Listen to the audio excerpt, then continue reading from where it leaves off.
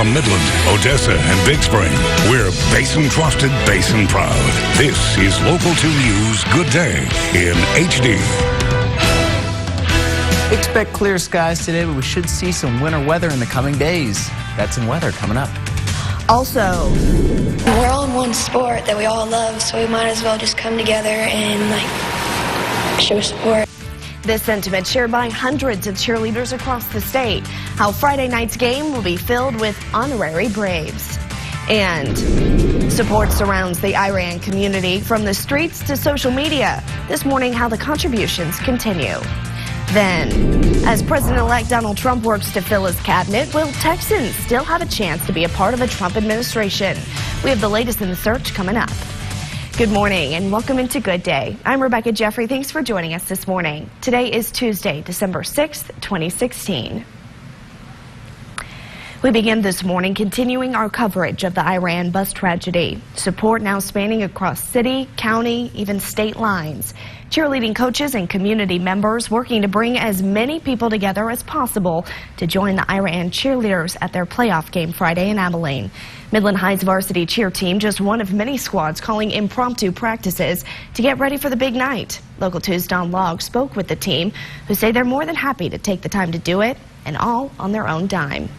They had a tragedy, so we should be there to help. So we just really want to be there for them and make everything okay again. Sarah Dellinger and her Midland High varsity cheerleading teammates are starting their week hard at work to stand hand in hand with Iran's cheer team on Friday night as they recover from a horrible bus accident. That could happen to us. What if it did? She and teammates Sarah Wheelis and McKinley Conklin say the additional hours of practice to learn a former rival's cheers doesn't faze them because they want to be able to help Iran stay brave strong. Really shows the true spirit of West Texas and how we can all come together and see each other, especially in a time of tragedy, and being able to put aside those rivalries in order to come together and support these people. Furthermore, magnify Iran's school spirit, even though they come from a different team. We're all in one sport that we all love, so we might as well just come together and show support and make sure that everybody's okay. Their coach, Michelle Navarrete, says after the accident happened, her girls immediately wanted to do something. A lot of things were put into perspective. They said, you know, this could have been us, and we need to make sure that we're thankful for everything and everyone that we have in our lives. And they hope to see hundreds join in to give Iran another thing to be thankful for. On Friday night, we hope to see hundreds of squads and cheerleaders out at the game in Abilene, out at Shotwell at 7 o'clock to cheer on that football team and hopefully make their playoff dreams come true. In Midland, Don Logg, Local 2 News. Don, thank you. Midland High's coach tells us they still need to get final approval to go to the game on Friday, but either way, they'll be prepared to be there. The Odessa High cheer coach also telling us last night they too will be at the game Friday night. And support coming from Abilene cheer as well. Abilene and Cooper High Schools reaching out to the Iran cheerleading squad, proving Texas cheerleaders support anyone in need, saying that's what being a cheerleader is all about. It means supporting your team no matter what, and it means whenever someone else is hurting, you need to come in and love them and support them as well. The squad in Abilene telling us they reached out to other cheerleaders in the area and even reserved the round building at 5 for all the cheerleaders coming in from across the state to enjoy a meal together before the game. Over in Lubbock, the Monday Moguls cheer squad also standing by the Iran team. The squad filming this video saying, "The Monday Moguls back the Braves." The cheer team also plans to make a video of encouragement and support to play for Iran High before their team departs for the big game on Friday. Now, your weather on the tubes. It looks like it might be a chilly night for Friday Night Lights. Let's send it over to Ryan Martin with a check on our forecast. Good morning, Ryan. Oh, good morning, Rebecca. Yeah, we got some cold weather on the way. Right now, though, we got some rain out in the southeast, and we also got some snow activity over in New Mexico. But right here in the basin, we're seeing mostly just a little bit of cloud coverage here and there. Not really going to be seeing too much activity in terms of that today. Going to be seeing mostly clear skies. But right now, we got a cold front moving through, dropping our temperatures down into the 40s. And when you factor in the winds, it feels like it's freezing out there. 32 degrees when you factor in the wind chill. And in our headlines, we got some wintry mix possibly on the way in the next coming days. Still going to be cold overnight no matter what day you look at. And then we could be seeing some more clear skies today. Back to the desk. Brian, thank you. We'll enjoy today. Well, as school continues today, so does the support for students and staff at Ira Ann. District officials telling us grief counselors are still available to students today. District Superintendent Kevin Allen says he remembers getting that fateful call Friday night about the bus crash.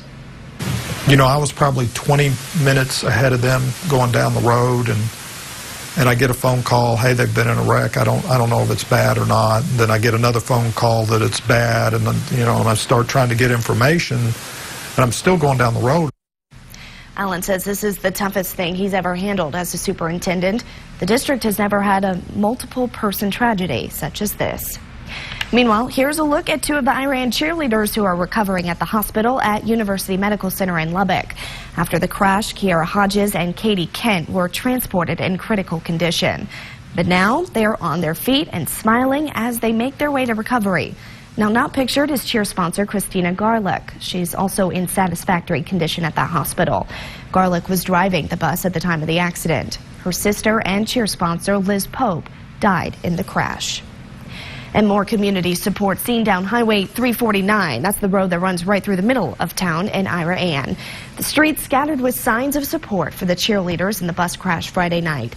Sissy Goff with Garrison Contractors says she relates it to a similar tragedy of her own. It hit the community very hard. We've seen several things in the past years. Me personally, it brought back memories of when we lost our son in 2010. How the community rallied together for us and still do to this day.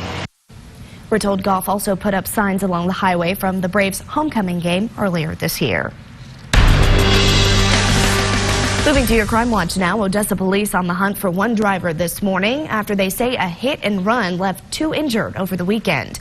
OPD saying they were called out to 8th and Whitaker Saturday after the crash and saw a man driving a 2014 silver Ford F-250 truck.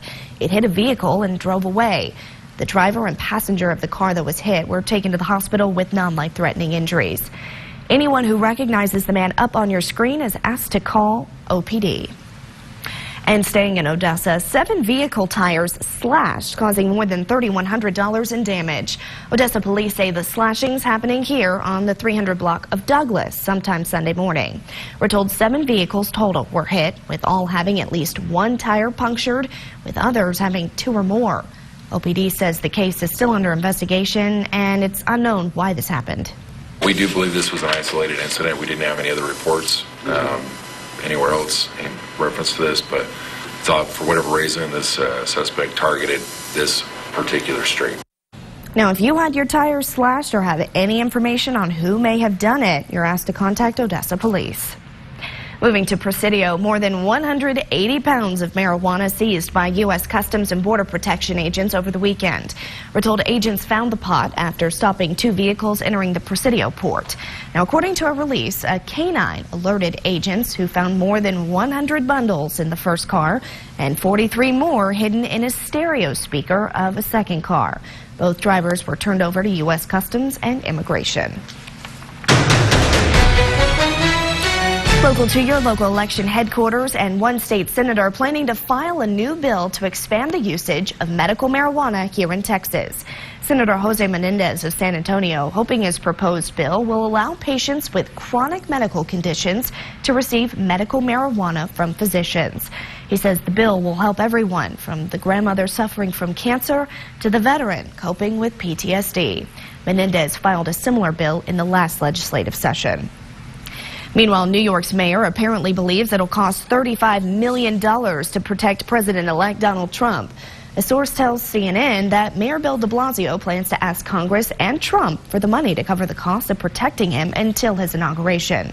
The amount comes to roughly $500,000 a day. Now, while the Secret Service is responsible for protecting Trump, local police have to assist them. At a press conference in November, de Blasio said the city would need help with the security costs, particularly police overtime. Meanwhile, Donald Trump is back working behind closed doors to fill his cabinet. Monday, Trump's transition team announced Dr. Ben Carson as their pick for the next Housing and Urban Development Secretary. Texans struck out on 2 cabinet positions last week, but as our Rachel Glazer explains, there are a few still in the running. Right now, what are we going to do? We're going to make America great again. You watch. Donald Trump doubled down on key campaign promises during his first big speech to supporters since winning the election. Finally end illegal immigration. Have to.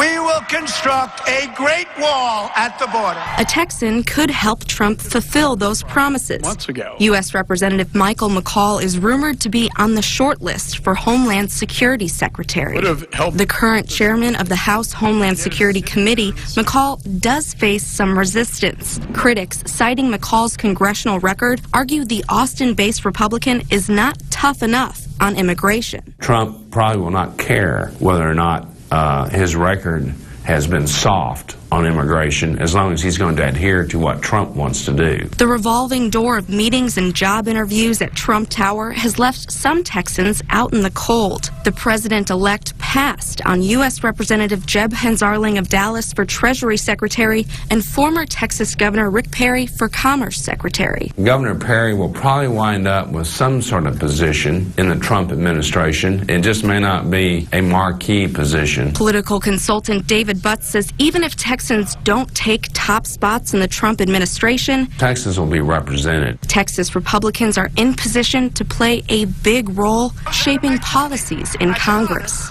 Rachel Glazer, Local 2 News. Rachel, thank you. The Texas Agriculture Commissioner Sid Miller is still in the mix. Trump has roughly 4,000 positions to fill to complete his administration. Political consultants believe Trump will announce his picks for secretary positions before Inauguration Day, which is 45 days away. Now, your weather on the Tubes. 45 is about the degrees that we're dealing with. Yes. Except even lower. Well, yeah, depending on where you are in the basin, we're seeing some pretty cold temperatures out there. And drop-off time on the school bus forecast, well, those 40s, that's what you can expect this morning. Right now.